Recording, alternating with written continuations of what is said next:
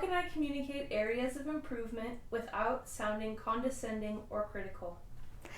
Okay, great one. How do I how do I communicate areas of improvement without sounding condescending or critical? Yeah, we don't want to come off that way, right? We don't want to be like, I've got all this wrapped up. Let me show you how it's done. And yet, there may be ways that you want to improve things. So I think what's really important here is before the task gets done, to try to set up some expectations before the task gets done. So say, how will we know if we're successful? What will this look like? What will it feel like? And you want to think about the tangible things that result in a good work product, but you also don't shy away from talking about the how. Like, okay, the final work product will be good if it's error-free and accurate and done on time and it's 4 pages or less, and all those things. But other measures of success we want to talk about are we able to communicate well between now and then, and are we able to be open to each other and learn as we go through this process, etc.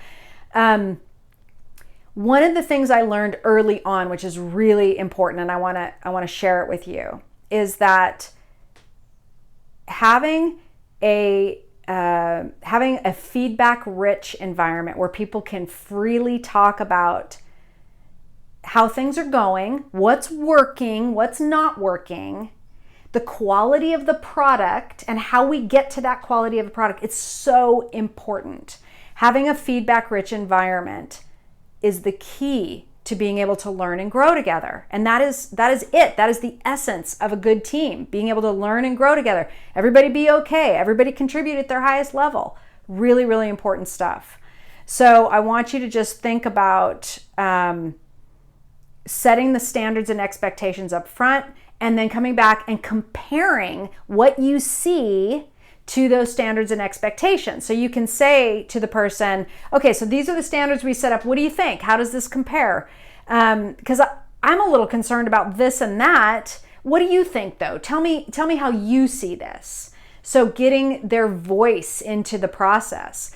Most of the time people know if they have not created a good product. You don't have to tell them a lot of the time you don't have to actually tell them. They actually know already. But you don't give them a chance to talk about it. So sit down and talk about it. And then sometimes communicate to them and say, this isn't really what I was expecting. Tell me about this. What's going on here? How do we make this better? And then I always want you to communicate to them that you're not criticizing them as a person. You may have some feedback on the product, but you are not criticizing them as a person. If the feedback you have to give feels personal to you, like, I don't like the way you're showing up or this or that, please, please, please take the time to get under the surface and say, this isn't like you. I want to know what's really happening so that we can address the real issue. And reinforce that you see the best in them and you see their capability and you see their brilliance, okay?